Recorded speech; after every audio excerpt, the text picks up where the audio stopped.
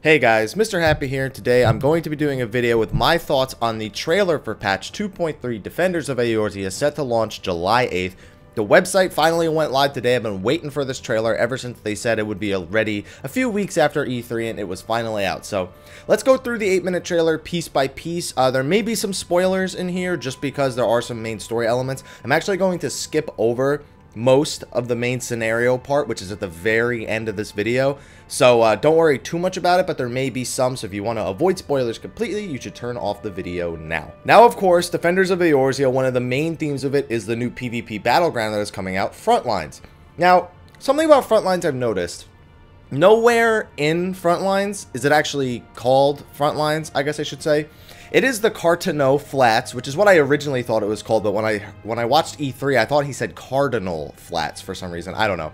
And it's going to be one of the ruins along the outside, which almost makes me believe this isn't the only time we're going to be going to the Cardinal Flats for PvP arenas. In the future, I'm assuming this may be another point of contention if they add more battlegrounds in the future. Now, of course, this is going to be 24v24v24 PvP, and it was nice to get a little additional look at it, but there wasn't really too much additional information to pull out of this part of the trailer. One big part is the PvE objective in the middle of the map. Now, I'm assuming it was a PvE objective because basically this giant Allegan light or tower or something appeared in the center, and it was actually pulsing out electrical damage. I don't know if that's because one team controlled enough areas so this unlocked for them, but it seemed like all the teams were rushing into it at one time, and that whoever took out this objective would actually gain some points towards their, final objective. So again, I am really looking forward to Frontlines. There's been some information about it that has been a little bit, I'm not so much on the side of it. Such things such as morale won't work in PvP, so it's basically meaning that PvP armor is going to be mostly useful inside of the Wolves Den and not so much outside of, other than vanity. There's even going to be an item level cap, which they haven't nailed down, but it's either going to be 80 or 90. So they're really trying to make Frontlines as fair as possible to both PvE and PvP players. But PvP players who already have all their armor are probably going to be spending their time still in the Wolves Den, unless of course they want to get tombstones and the new war mount and things like that from Frontlines. But I am very much looking forward to this part. Let's move on. Now, we immediately moved into the striking tree, and oh man, Square Enix, you know how to make music. I get it, okay? The theme for Ramuh is just chilling. It tingles your spine. It's ridiculous. The only other theme that makes me feel the same way is pretty much Lost City of Amdapor, and this was just an amazing theme for Ramuh's battle. The battle itself, we couldn't pull too many details. We have seen a few things. It seems like Ramuh has a basic attack, but he can occasionally double attack with it and make it explode, similar to a sort of tank hit ability like, I don't know, maybe Ifrit's Breath Attack or Mountain Buster. It seems there's water on the striking tree, and if you stand in the water, you take a lot of damage over time. I don't know if that's a permanent part of the fight, but it is at least one aspect of it. And there's also, as you can see, these bulbs floating around all over the fight, and we've been wondering what exactly those were going to be used for. But it seems that from this video, we can understand there's a few mechanics that we need to know. We need to know about the water. We need to know about the tank hit. He has a small AoE he can do around his body that probably paralyzes, so you probably don't want to get hit by that. He also has a thing where he can connect two players via an electrical stream. Now, we don't know what that stream actually does, but you can see it in this picture right here. And maybe you can't pass through it. Maybe it does something to both of those players. Who knows? But there is some sort of mechanic for that. We can also see that these orbs sort of act as conductors or jumping points for lightning when lightning strikes on the battlefield. We don't know exactly if this is going to be a sort of a random mechanic like they've been toting about. We would see a little bit more in this patch, or if these are predetermined lightning jumps that you can actually avoid completely. Either way, I'm really looking forward to the Ramuh fight. The music's great. The battlefield is great. Ramuh is just majestic with his beard. Let's move on to the next part of the trailer. We got a short tease of Hilderbrand. Of course, they didn't give us much, but we did get this picture right here, which this actually got revealed by 4Gamer, I believe, not too long ago. And this may be maybe a boss fight for the Hilderbrand questline for 2.3, similar to the silly Gilgamesh fight that we had in 2.2. These 5 Mandragoras may actually be part of a boss fight in 2.3. I'm hoping that they are because, well, I like fun boss fights. I wish there was more of a reason to do them, but I like them. Now, one big thing that I'm excited for is The Hunt, which I'm glad they're just calling it The Hunt and not Daily Hunts anymore because I hated that name. Basically, the hunt is bringing back danger into the open world, where there's going to be rare enemies that are part of hunts, in which case groups of people or single player, as you can see from this, are going to be going after a specific enemy and killing it. By killing it, you get rewards such as you can see, 5,000 gil and 20 allied seals. I don't know how tough this enemy in particular is going to be. It doesn't actually give us too big of an idea based on just this piece of information right here, but it is cool to see that they are starting to bring back notorious monsters into this game, something that Final Fantasy XI players have been clamoring about. I don't think it's going to be quite the same, because it's more like the mark system from Final Fantasy XII, where, hey, there's a rare enemy, go kill it. I don't think the rare enemies are necessarily going to have their own drops. Maybe they will, and that would be a cool thing to add a little bit more ways of gearing certain characters when they hit fresh 50, or add some more unique gear, vanity gear into the game, but it doesn't look like it based on this. Now, as somebody who played Final Fantasy XI, I'll tell you this. Nobody who sees a notorious monster that they're camping for is going to sit here and actually do emotes while they're waiting to claim it when all of them are already there. What they should have actually done for this picture right here, they should have had these people celebrating and then another group running up and claiming it, because that's exactly what will happen if you're not quick on claiming these hunts. So hopefully this will bring a little bit more life back into the open world. Dailies did that in some small bursts of space. Of course, the fake grind that has been happening with Alexandrites and Atmos brought it back a little bit more. But this is more of a unique, new way of bringing new enemies into the open world, giving a little bit of danger to it, and just getting players out there a little bit more often. So I'm looking forward to it. Now, we got a quick dungeon preview. I don't want to say too much about these dungeons, but I do want to talk specifically about Hullbreaker Isle, where we're going to be getting a lot of new enemy types, including a big gorilla, as you can see. I tried to get a picture of this thing banging its chest when it buffed itself up because it looked really cool, but it was blurry. It was way too blurry. Hullbreaker Isle is looking to be a pretty big dungeon. I can't say big in... I guess I don't really know how big it is because I haven't seen it myself, but they show a lot of different landscapes, a lot of different wide open areas that it seems like you can go through. It almost looks like you should be able to mount in this place. But the big question on everyone's mind is the final boss, a Kraken that would be familiar to us. And I'm going to be honest here. I've played Final Fantasies 1, 2, 3. I didn't finish 4. Don't hate me for it. 5, 6, 7, 8, 9, 10, 11, 10, 2, 12, 13, 32, 30. I played them all.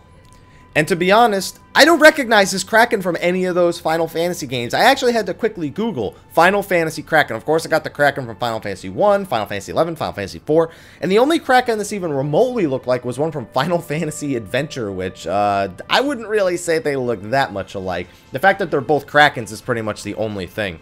I think when they maybe said that it would be familiar to us, that we would recognize it maybe from, you know, common folklore. Like, I mean, obviously there was a Kraken in Pirates of the Caribbean, and I'd say I recognize this from that more than I do from anything else, especially with the ship right next to it in the battlefield. So it may not be a familiar Kraken. Like, some people thought maybe it was Ultros. I thought maybe it was Ultros for a little while. But Ultros is an octopus, and I don't think they would demote him to a Kraken. I think that would just be kind of rude. Regardless, the fight looks really freaking cool. It looks like there's going to be 4 platforms that you're going to be able to jump between using water spouts. The boss is going to have tentacles on each platform. I don't know what we even have to DPS. I guess we have to kill the tentacles. I don't know if we have to actually kill the Kraken itself. But on top of that, he can actually throw you between the platforms with some of his tentacles. So maybe some RNG involved in this fight, but I'm really looking forward to it. It looks like a nice change of pace from some of the other hard mode dungeons and new dungeons overall that we've been getting. Now, Stone Vigil, I liked to see Stone Vigil because, you know, we know about the War of the Dragons. Ishgard is at war with the dragons, and they want to take back the Stone Vigil in order to have a foothold towards their fort of Dravania. And one thing I've always thought is, okay, great, well, it's just going to be a bunch of dragons. We've already seen the dragon models in this game. But of course, Square Enix made it seem like there's actually a ranking system to this dragon army that we're up against. I mean, we're seeing that this enemy right here seems like more of a ground force than it is sort of an aerial attack force. And I actually really appreciate that they're sort of differentiating that there are forward phalanx defensive armies, there are assault groups and artillery dragons, there are dragons that fight in the air. They're showing that the dragons aren't just mindlessly attacking stuff, that there actually is some order to the Dravanian army, and I'm hoping to find out a little bit more about that in the Stone Vigil. As for Tantara hard mode, I don't really know what to say about it. It seems to be very similar to the inner part of Lost City of Amdapor. Even has some of the same enemy models as the Lost City of Amdapor. And it's mostly cult, void kind of things going on here. I will say that this final boss is creepy as hell. I don't know about you guys, that may just be an Ariman with a face over it, and I know that. But that thing is creepy as hell, especially that cutscene where we walk right up to it and try to touch its face. I don't know. But regardless, it should be a fun dungeon. It doesn't look like it's going to be that long, but I guarantee you we still end up in Brayflocks all the time. Now, the private chambers was shown off next, and a lot of people have been asking for private housing. Supposedly, we're going to be getting that before patch 2.4, but for now, we have private chambers. Going to be costing 300k a person. You can access them if you're in a free company house, if you are part of a free company who has a house. And honestly, this is pretty spacious, if you ask me, based on the screenshot. We can even see the Ramu decoration over on the right-hand side. You have the giant, what looks like a Chocobo one, the Chocobo totem in the middle. And honestly, this is more than enough space. I can't imagine. Oh, and by the way, this guy's a way better interior decorator than like 90% of the people who play this game. I'm just going to put that out there right now. And I am part of that 90% because I am not good at that. So I'm going to definitely be making videos about decorating your interior, but I'm probably going to have some guest stars on that one because I'm sure as hell not the person to listen to when it comes to setting up certain styles. Now, Chocobo raising, I'm not going to lie. This part caught me totally off guard. Now, I don't know how much of this we're actually doing, but it looked like there were a total of 4 different things you could do with your Chocobo in order to train it. Now, this picture right here seems to be testing agility and jumping, because that is just a mean test to make a Chocobo jump over a Gubu. If it fails, what happens to your Chocobo? I don't know. But it was also showing it balancing on a very, you know, balancing on a pole kind of deal with on one foot. It also showed it kicking barrels to be stronger. So I'm guessing we're going to be able to raise individual attributes of the Chocobo, and that this is going to have a lot more influence when it comes to Chocobo racing in the Gold Saucer. If that's actually what we're getting in the Gold Saucer, I have a feeling it is. But based on these kind of training, you know, these kind of ways of training, I have to imagine that this is really groundwork for the Gold Saucer when it does come out. It looks really cool, and I'm looking forward to it. My Chocobo is almost rank 10, so looking forward to making him go above rank 10 and spending a lot more time grinding. Never mind, not so happy. But anyway, this should be fun. Now, Desynthesis, I gotta say I was a little disappointed with this part of the Desynthesis. Now, they said Desynthesis would have its own set of actions, and that would be primarily about dismantling the piece. It would have its own skill level, which you can see in this picture right here, but it eventually boiled down to a simple Desynthesis button. Sure, you actually need to skill up your Desynthesis skill. Sure, you actually do have a chance to fail Desynthesis if you try to desynth something that is too high of a level based on your skill. But when they said it would have its own dedicated skills and actions, I thought they meant a little bit more than a Desynthesis button, but I guess I can't say it's about what I expected from the beginning. I just went from low expectations to high expectations back to low expectations. So at least you get shards back when you can get shards back from Desynthesis, which, trust me, I know I need them. Now, the new recipe section, they do this every single trailer, and this caught me a little bit off guard. There are new recipes that actually allow you to, what seems like, craft higher level versions, or at least more vanity versions of the primal weapons, the hard mode primal weapons from Ifrit, Garuda, and Titan. I mean, look at this picture right here. That's without a doubt a glowing Garuda axe. That's without a doubt a glowing Ifrit sword. And that's without a doubt glowing, what is that, dark light armor? I'm not even sure. The dark steel armor. That looks like a glowing type. All their armor is glowing, and there's even some pictures of the Moogle weapons right after this in the trailer, which also seem to be different. And also some old gear that it looks like we're just getting able to add glow to a lot of the old gear to keep it sort of in style for people who really like it and really want to use it and really just want to make it more flashy. Of course, we're getting new bathing suits and what looks like a new dress, which I'm sure the Lalafels, after seeing this part of the trailer, go back, oh, I want that. And, well, Lalafels. That's all I gotta say. Now, the Crystal Tower, or in this case, the Circus Tower, is looking to be amazing. Now, I knew that we were going to be climbing pretty high in this patch ever since there was a leak that Zonde was actually going to be in this patch from 4Gamer. But this place is massive. This place is impressive. The atmosphere is amazing. The music is great. And to be honest, the boss fights, they look pretty good too. I gotta say that they're showing more of these boss fights than I feel like they did in the previous Crystal Tower trailer. So I'm actually very much enjoying this. We do see some trash, but not too much. We see Scylla, we do see the General, we do see Hein, and even at the very end, we get a little glimpse at Zonde, who is going to be the final boss. So we are actually climbing all the way to the top of the Crystal Tower, which means that in 2.5, we're probably going to be going to the World of Darkness and or Eureka. I have a feeling we may actually be in Eureka this patch, just because Scylla and Amon are there, but still, this was unbelievably cool to see the Zonde, see a little tease of the Zonde fight. because I'm looking forward to it. I don't know about you guys, but I just finished Final Fantasy III for the first time like a month and a half ago, and it was awesome. So I'm very much looking forward to seeing what the Crystal Tower is like this patch. Sure, it's probably going to be Troll Tower number 2, but I'm going to enjoy it.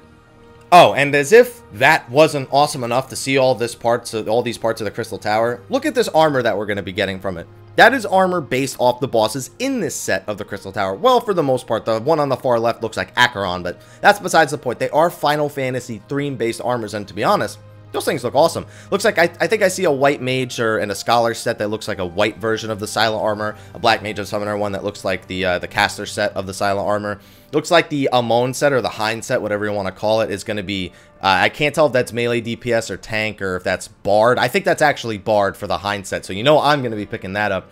Looks like we may have a Monk set, could be, I don't know. I think Acheron is the tank set and that the 2 Dark General ones are maybe Monk, and I don't know, but this armor looks friggin' amazing is all I'm going to say. I am really looking forward to actually getting these armors despite, and I haven't vanity'd anything yet, but those things look awesome. And that's all I'm going to talk about for the time being. The trailer was really cool. There is a main scenario part at the end, but there are some people who haven't finished the main scenario. I know it's been a pretty long time. People have had to get as far as they can in the main scenario, but it's looking like we're going to start working towards the climax and towards the expansion. So I really want you to go watch the trailer, play the game, and enjoy it for yourself. Be sure to like, favorite, subscribe, and share for more Final Fantasy videos. Be sure to check out the other videos on my channel. And until next time, guys, take care.